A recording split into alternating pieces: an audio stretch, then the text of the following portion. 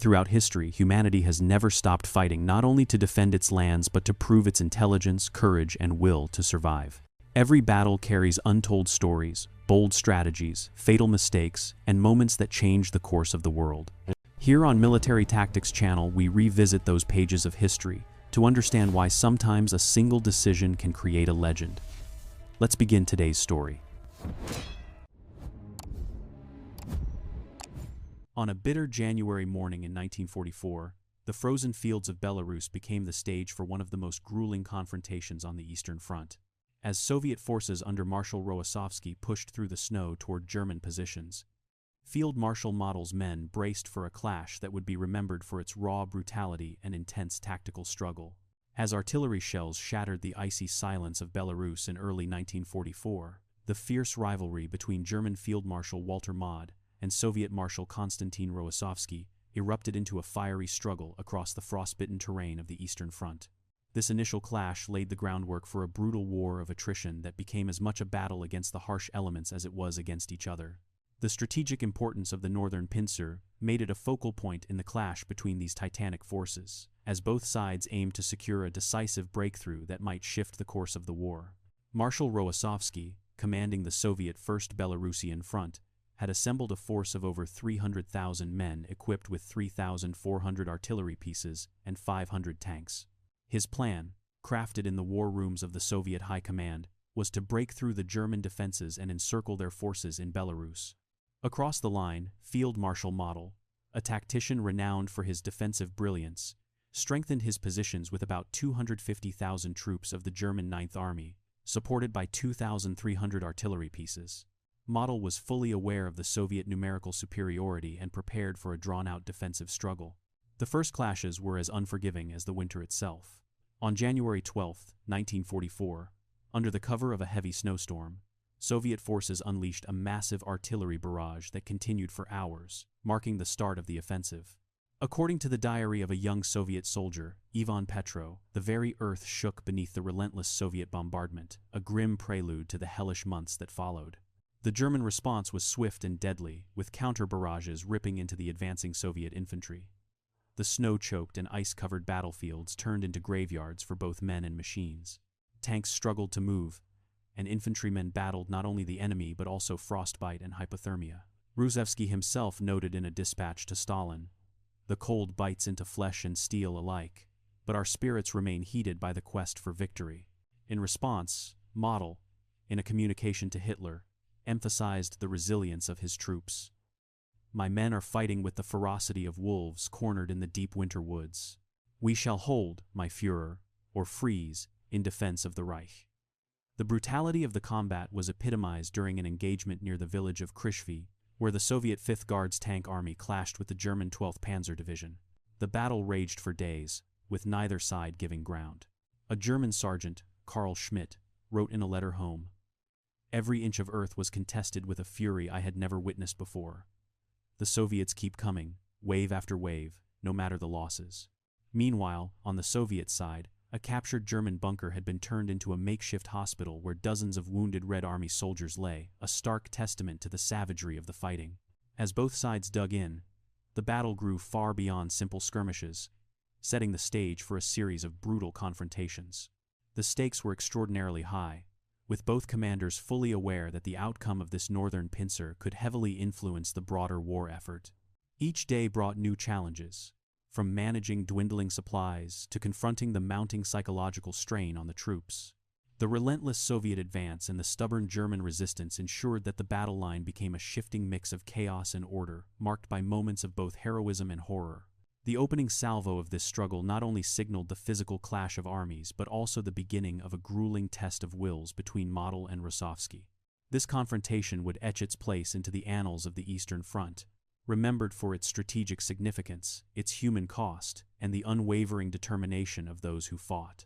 As we delve deeper into the details of this northern inferno, the echoes of artillery and the murmurs of strategy reveal a tapestry of courage, desperation, and unyielding ambition. As the battle raged through the winter months of 1943–44, Field Marshal Walter Model, known for his defensive skill, established a series of fortified positions along the Narva line. These fortifications, often referred to as Model's wall, were engineered to halt the advancing Soviet forces under Marshal Konstantin Rufsky. Model's strategy relied heavily on deep trench networks, anti-tank ditches, and reinforced concrete bunkers. He believed that these static defenses would drain the momentum of the Soviet offensive, which had been steadily gaining ground since their victory at Stalingrad. On the opposing side, Rokossovsky, commanding the Second Belarusian Front, was formulating a plan to break through these formidable defenses. His approach relied on combined arms tactics, in which he coordinated infantry, armor, and artillery to devastating effect. In February 1944, Rokossovsky launched a series of pincer movements aimed at encircling Model's forces. These maneuvers became evident in the battles for the towns along the Narva and Tannenberg line, where Soviet troops attempted to outflank the German defenses. Rokossovsky's strategy was to generate multiple points of pressure, forcing Model to commit his reserves too early and thereby weaken his defensive line. The intensity of the conflict escalated as both commanders poured more resources into the fray. Model managed to secure additional divisions from the German High Command, fully aware that his sector was critical to preventing a Soviet breakthrough into East Prussia. In a testimony found in the diary of a German officer, he wrote, "The reinforcements were a godsend. Without them, our lines would have collapsed beneath the Soviet hammer." Meanwhile, Rokossovsky's forces were strengthened by fresh divisions from the Soviet reserves, including several tank brigades equipped with the new 34 tanks. The toll the battle took on supply lines was severe. The harsh winter conditions rendered many roads impassable, complicating logistics for both sides. Model's forces faced severe shortages of ammunition and fuel, a situation described by a German logistics officer in a recovered report. "The supply situation is dire. We are down to our last shells, and the next convoy is still days away." Conversely, Soviet supply lines, though stretched, were better maintained thanks to the relentless efforts of their rear echelons. Effective Soviet logistics proved essential in sustaining the momentum of their offensive, as noted in a communiqué from Rokossovsky to his superiors, stating, "Our men are well supplied and morale is high. Victory is within our grasp if we maintain our pressure." As the war of attrition dragged on, the human cost rose dramatically. Both sides suffered staggering casualties, with tens of thousands of soldiers lost in the relentless fighting. The psychological toll on the troops was immense, bringing exhaustion, despair, and, in some cases, desertion. The diary of a Soviet soldier recovered after the war offers a poignant glimpse into conditions at the front. "Every day, we lose more comrades. The cold is unbearable, and the Germans keep coming at us. I fear I will not see my home again." This sentiment reflects the grim reality faced by soldiers entrenched in one of the Eastern Front's most unforgiving battles. As the battle ground on, wearing down both armies physically and psychologically, the human cost continued to rise, prompting drastic measures. Rokossovsky and Model, fully aware of the stakes, pushed their men forward with unwavering determination, each intent on outlasting the other. The ferocity of the conflict was such that neither side could pull back without risking total collapse, setting the stage for further brutal clashes as both fought for victory at an enormous price. This deadly game of chess, played with the lives of thousands, underscored the harsh realities of warfare on the Eastern Front, where strategic brilliance and costly mistakes were tightly interwoven, creating a saga of perseverance amid devastation. As the relentless winter of 1943 settled over the Eastern Front, the human toll of the conflict between German Field Marshal Walter Maude and the forces of Soviet Marshal Konstantin Rokossovsky became excruciatingly clear. Among the Soviet ranks, Private Ivan Knetsov, a 24-year-old soldier from Moscow, wrote a poignant letter on December 5th describing the unending blasts and screams that merged into a grim symphony of death. His words captured not only the physical suffering but also the deep emotional and psychological wounds inflicted by the brutal warfare. On the German side, Hauptmann Friedrich Adler, a company commander, recorded in his diary the harrowing conditions during the siege of Leningrad, noting on January 7, 1944, how the men's spirits are as frozen as their bodies, reflecting the dire circumstances in which soldiers were often left without adequate winter gear. Adler's detailed entries spoke volumes about the desperation that drove acts of unthinkable heroism. One such instance involved Corporal Hans Müller, who, despite suffering severe frostbite, led a charge to reclaim a crucial supply route, only to fall mere meters from his objective. His deed was honored, but for the men of Adler's company, it stood as a stark reminder of their perilous existence. The psychological warfare was just as intense. Soviet sniper Lyudmila Pavlichenko, stationed near Novgorod, recorded over 300 confirmed kills by the end of 1943. Her memoirs revealed the mental fortitude required to endure such a role, writing, "Each shot carries a burden heavier than the rifle." Her presence and her stories of success boosted morale among her comrades, but they also underscored the immense personal cost of such a grim duty. The battle conditions were unforgiving. Sergeant Nikolai Petrov of the Red Army described the January 1944 offensive near Kolm. "We advanced under the cover of darkness with temperatures below -30 degrees Celsius. The frostbite claimed more of us than the enemy bullets." Such accounts highlight the relentless nature of the Eastern Front, where survival meant enduring far beyond the limits of human resilience. Acts of desperation blended with feats of incredible bravery. On February 12, 1944, during an intense confrontation at Staya Russa, a platoon led by Lieutenant Mikhail Borodin found themselves encircled by German forces. In a daring move, Borodin orchestrated a nighttime escape through a minefield, an audacious gamble that miraculously succeeded with minimal casualties, showcasing not only tactical ingenuity but also raw human courage. The war of attrition took a deep toll on troop morale on both sides. German soldier Erich Hoffmann, in a letter dated March 1944, lamented, "Each day is a repeat of the last," with the line between friend and foe blurring amid the snow and blood. This sentiment was echoed in the diary of Soviet Lieutenant Anna Kovalino, who wrote on March 15, 1944, about the pain of losing close comrades and the growing numbness toward death.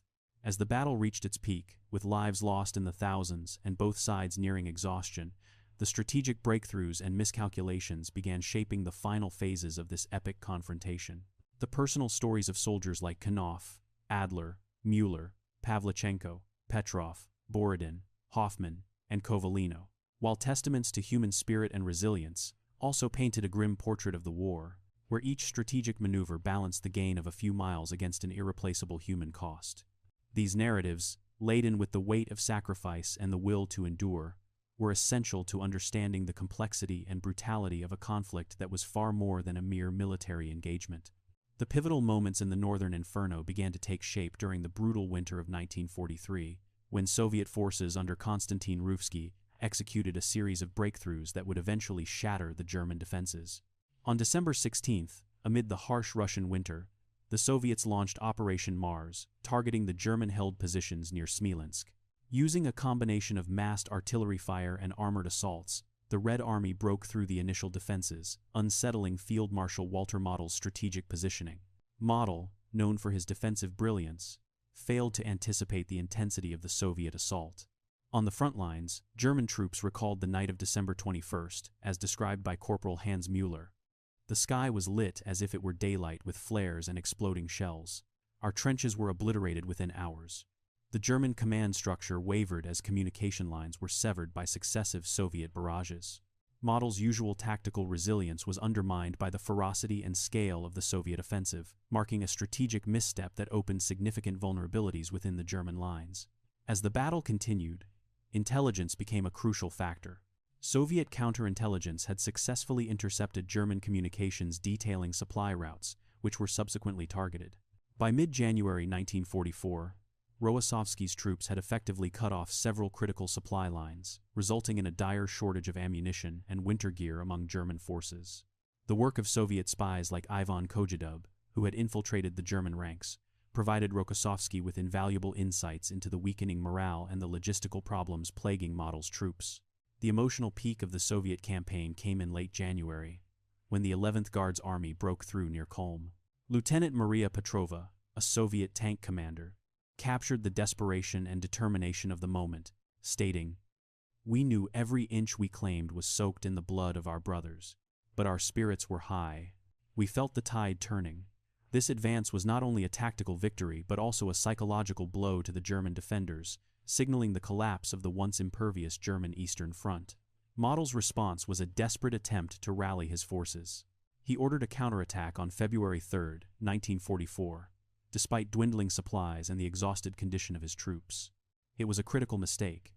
The counterattack stretched his forces too thin, increasing their vulnerability. The Soviets, sensing this weakness, intensified their offensive, overwhelming the German positions in a relentless push that offered little mercy to either side. By late February, the cumulative impact of Soviet military strategy, combined with Model's strategic missteps and the Soviets' effective use of intelligence, led to a breakthrough at the siege of Leningrad. The lifting of the siege not only marked a significant Soviet victory but also signaled the beginning of the end for German ambitions on the Eastern Front. The fall of Leningrad was a decisive turning point. It propelled Soviet forces into a series of offensives that would ultimately push the German armies westward, back into their own territory. With the outcome nearly decided, the aftermath and implications of the battle began to take shape. The Northern Inferno, as it came to be known, was not merely a series of military maneuvers but a testament to human resilience and strategic insight. For Model and Rokossovsky, it was a defining moment in their military careers, encapsulating the brutal reality of warfare, where strategic brilliance and the stark cost of human lives were inexorably intertwined. The shift in momentum was undeniable, setting the stage for the impending Soviet push toward Berlin, forever altering the course of the war on the Eastern Front. The aftermath of the ferocious confrontations between Field Marshal Walter Model and Marshal Konstantin Rokossovsky in the Northern Pincer underscored a pivotal turning point in the dynamics of World War II's Eastern Front. Following the intense battles, culminating notably in late 1944, Soviet forces gained substantial ground. The relentless Soviet advance, driven by strategic mastery and brutal attrition, left the German forces reeling and forced a significant re-evaluation of their defensive strategies. The strategic implications were immediate and profound. Rokossovsky's successful operations not only recaptured key territories but also effectively disrupted the German command structure. By early 1945, the Wehrmacht found itself stretched perilously thin, a direct result of the manpower and material losses suffered during these clashes. The battles around the Northern Pincer, especially near the Latvian borders, were marked by an estimated 200,000 German casualties, a staggering number that contributed heavily to the weakening of Nazi Germany's eastern defenses. Soviet losses were equally severe, with approximately 180,000 casualties, underscoring the brutal cost of their Pyrrhic victory.